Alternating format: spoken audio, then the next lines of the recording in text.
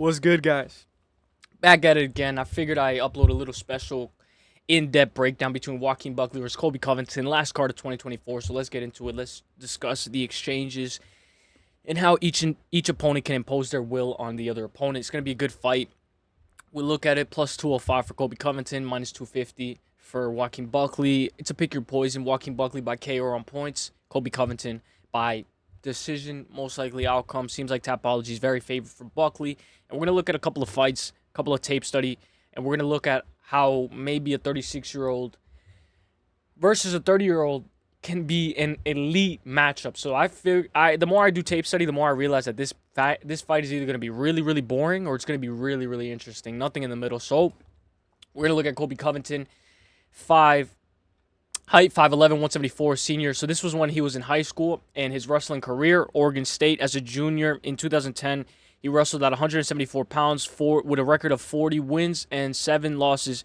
Record with 15 pins, 20-1 dual meet record. And it shows his alkaloids, all his alkaloids, how he comes from Iowa and he's a Division I wrestler. And how he's been wrestling since high school, since maybe even before that. And his hometown is Springfield, so we know that they have very good wrestling. Iowa wrestling is one of the best.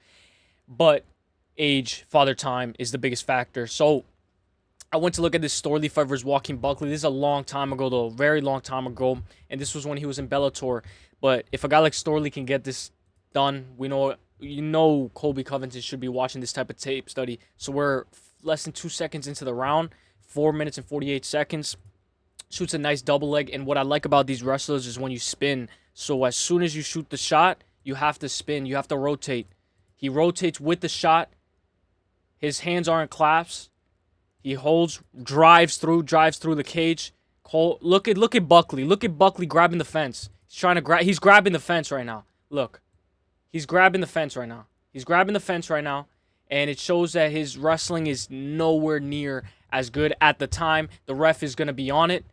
You know who that ref is. Do you guys know who this ref is? Fucking Jason Herzog. This guy fucking... Nah, I'm just kidding. All right, so he goes in for the takedown.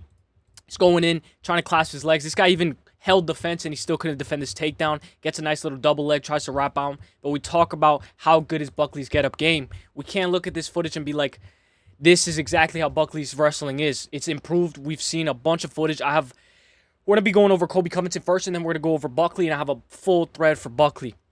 I want to notice how Buckley's survival instincts are because habits don't change very often. So when he's trying to explode out, when he's trying to get out of these positions where he doesn't want to get elbowed on the face, how does he do? How does he do in a position like this? So we start round 2, shoots for an obvious single leg. Obvious.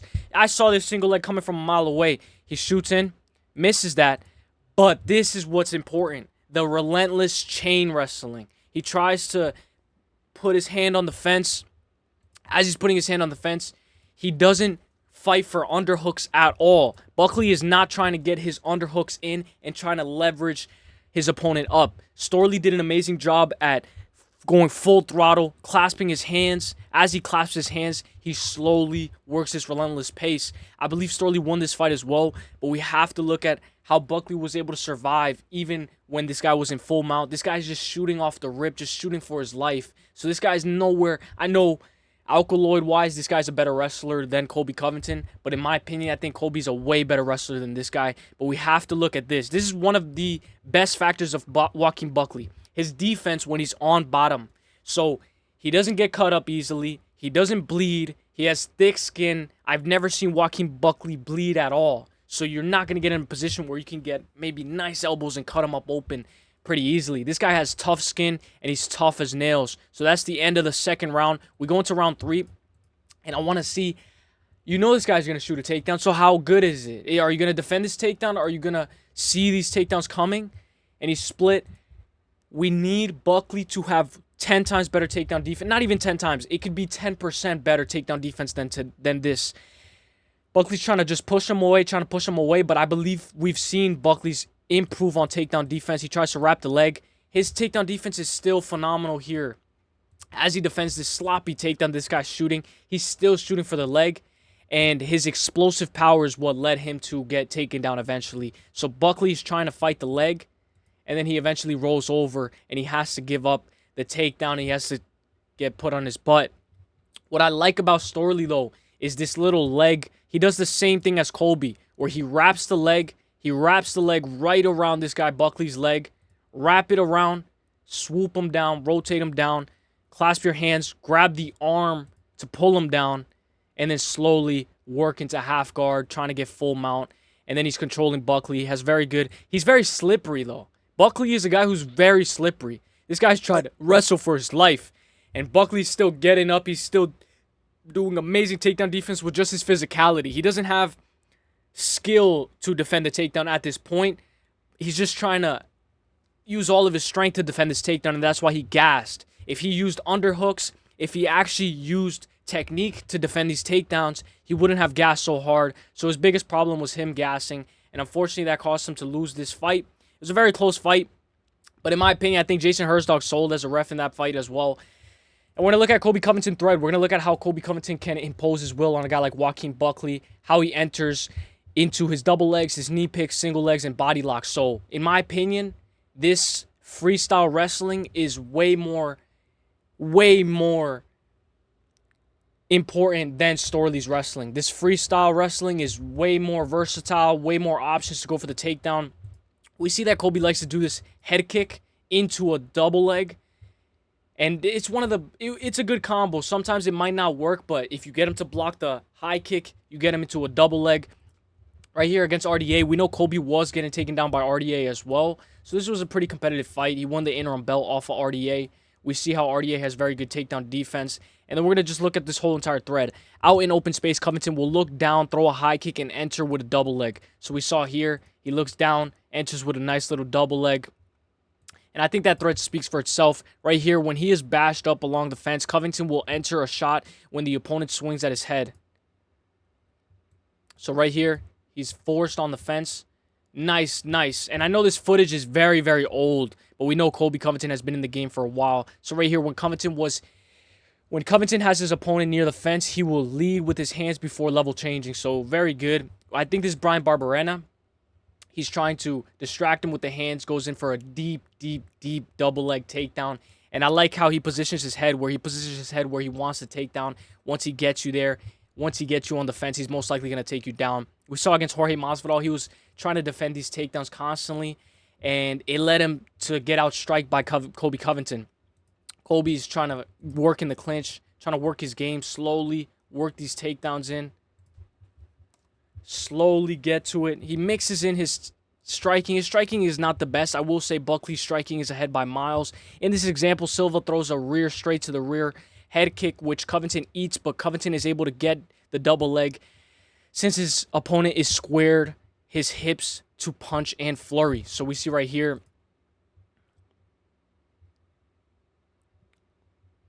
Covington ducks. He eats a knee. But as he eats a knee, one of his best weapons in his arsenal is his recovery.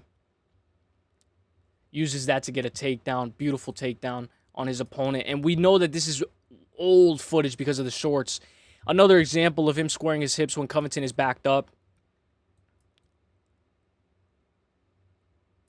So I noticed that Buckley tends to do this a lot too, where he squares his hips. And sometimes when he's going, he goes like this. And he's trying to close distance. That could possibly lead him to get taken down a little bit. We know Colby is always in this position where he's free entry on the hips. He's always trying to work his head. His head positioning is always in the right spot. Even when he leverages to get all the way down, he clasps his hands, works around the back. Once his hands are clasped, he knows he's got you in the bag, carries you, and takes you for a ride, and it's over. By far one of my favorite wrestlers to watch. Covington will also enter on a single leg off the opponent's knee. So against Warlley Alves, I believe he lost by submission as well in this fight, but he got him down right there. Beautiful, beautiful takedown. So if you throw a knee, be careful because Covington's going to try to capitalize off of it. Right here, it's chaining a single leg to a double leg into a body lock. So he has a single leg. So this is a perfect thread. These are the threads that I love, bro. Chaining a single leg into a double leg, into a body lock very quick. We know these are habits that Once you know wrestling, this is never going to leave your sight. You're always going to have this in the back of your brain. It's just whether you're going to use it or not. Takes him for a ride, takes him for a joyride, and he's done. Right here, against orthodox opponents, Covington will throw a rear hand and level change into outside single. So let's say a position where he's in an orthodox stance, shows the rear hand, gets that single leg, works, and drives forward. But he doesn't just drive forward like Storley. He goes to the side, which is very important. When you pivot. When you pivot, that's very important to your takedowns. Let's make them easier to get.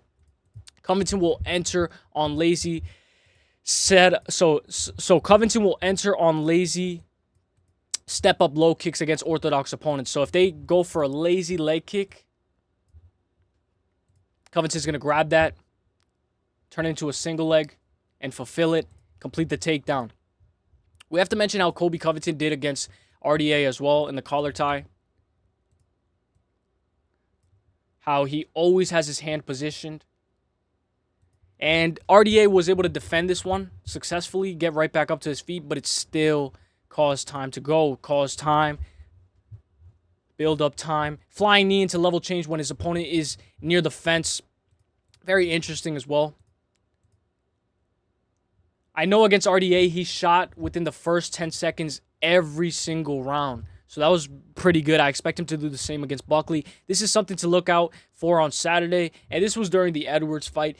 But if Edwards swings wide, expect Covington to get easy entries to his hips. We know against Leon Edwards, Colby Covington did absolutely none of this until the end of the fight.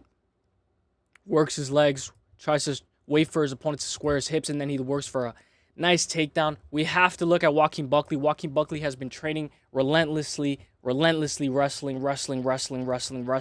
ever since he found out.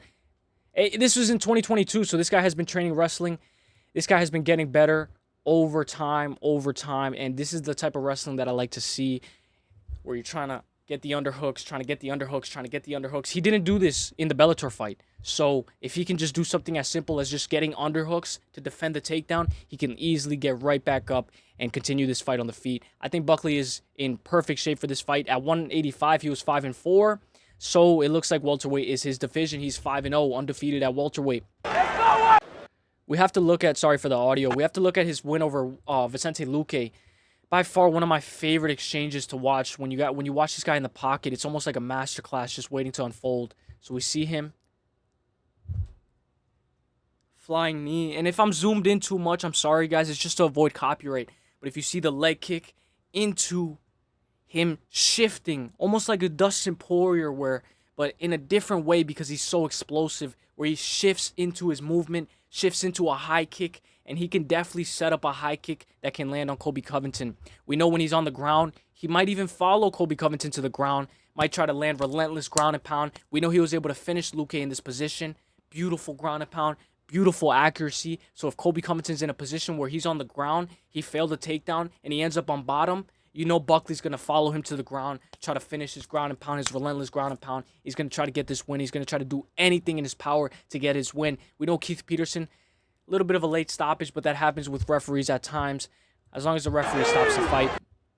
So I wanted to mention Buckley's ground and pound is by far one of the best I've ever seen in the game, and if he follows Colby Covington to his guard, he can land some beautiful shots. Joaquin Buckley dances on the outside, backs up, then gets mad at Ruziboev for not engaging. So I really wanted to show this because Buckley is more timid, more of a counter striker at 170. Right here, he's waiting for his opponent. He's waiting for Ruziboev. He's waiting for Ruziboev to fight. It's 23 seconds until round 1 ends.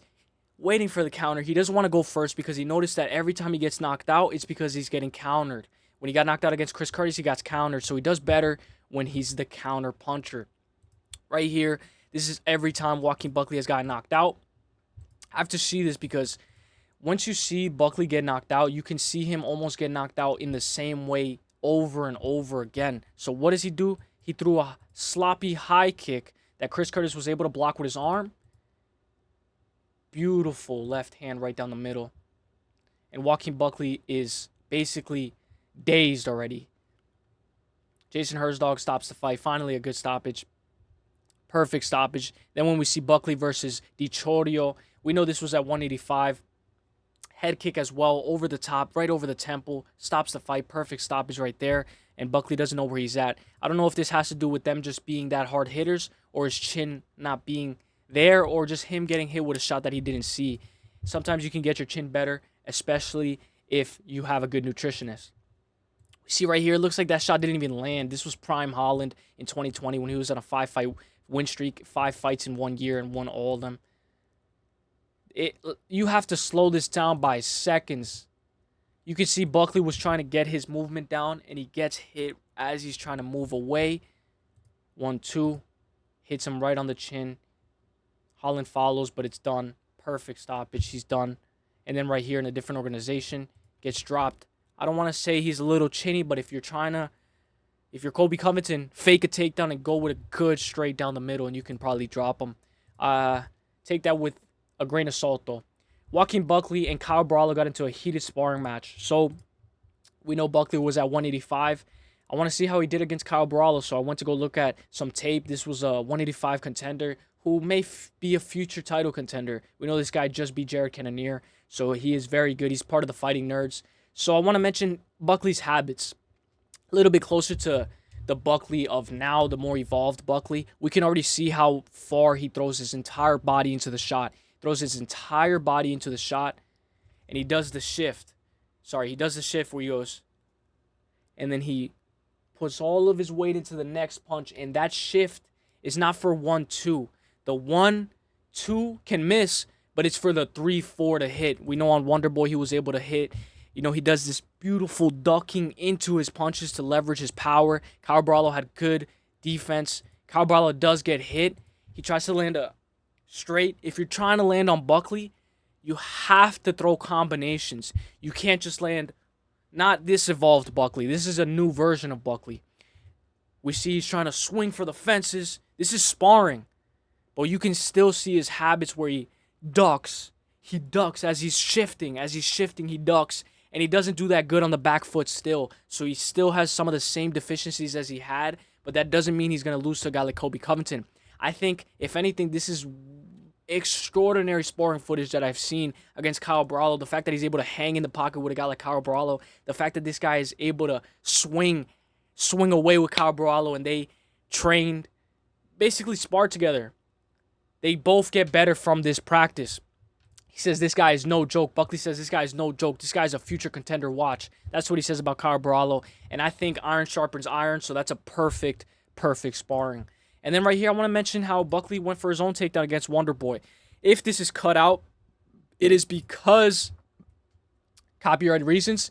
But we see this nice, beautiful takedown on Wonderboy. Wonderboy tries to get back up. He scoots. But Buckley doesn't wrap his legs. There he goes. There you go. There you go. Now you're wrapping your legs. Something that Colby Covington already has as a habit. It's like tying your shoes. Colby Covington knows how to do it with his eyes closed. And we see Buckley work his way up. Then let me fast forward a little bit. When we see how he's trying to work his way. So obviously I get an ad. Let's just skip this just because that's what happens with YouTube. But this is the most important part where we go into round 2. And when we go into round 2, we see how he's able to telegraph a lot of spin kicks. The way he was able to duck over that spin kick, Wonderboy can feel the pressure. He can already feel the pressure. And the way he can feel the pressure is because of how much he's moving back. The pace is set up higher. It's going faster, and it's like a ticking time bomb waiting until there's only a certain amount of time until you get knocked out. Buckley's trying to close distance. I know a lot of people had Wonderboy winning this fight, but a fight's a fight. We're looking at Buckley. This is what I love to do when I'm watching tape. Just fast forward the tape and see his habits. See how he goes for the takedown. See his head positioning, where his head is positioned. Is it positioned to the side like Colby Covington goes for the takedown? Or is he just trying to clinch to stall time?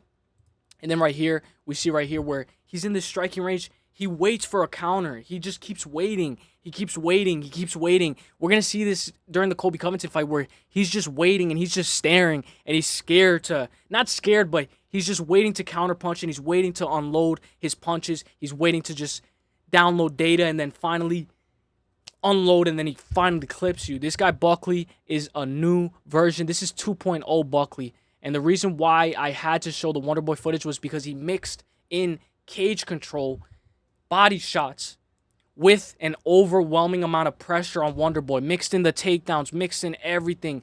mixed in a bunch of mixed martial arts in order to overwhelm Wonderboy, overwhelm his power, and then finally just get him tired to the point where his lateral footwork doesn't work the same. Wonderboy's not as bouncy as he was in the first round because he's defending takedowns. He's getting smothered against the cage. He's still light on his toes, but he knows he can't throw that kick no more because it's not in range. He's not in range no more. He's trying to download data. You see how Buckley does that step back? He goes in and then boom, knocks him out. It's a ticking time bomb waiting to explode. Colby, you cannot be staring at Buckley. You have to go first. Every single time you have to go first. This is going to be one of the best fights of 2024, and I hope you guys are excited for this fight because this is going to be a banger. Let me know what you guys think, guys. Let me know who you guys think is going to win this fight. I try to get the best tape study, best tape footage, little 20-minute in-depth breakdown of Joaquin Buckley versus Colby Covington. Let me know what you guys think, and let me know if you guys saw anything that you might see on Saturday, or like, if anything, you want to ask me something, or if you want to just comment below. You guys have been giving me so much love. Shout out to all you guys. And this breakdown was totally not biased, even though I think you guys know who I'm on. But may the best man win. I hope you guys enjoyed, and I hope you guys learned something from this video. Let's go. Let's go. I'll see you guys tomorrow. Last minute prediction video. Let's go. Tune in for that. Let's go. See you guys. Let's get it. Peace.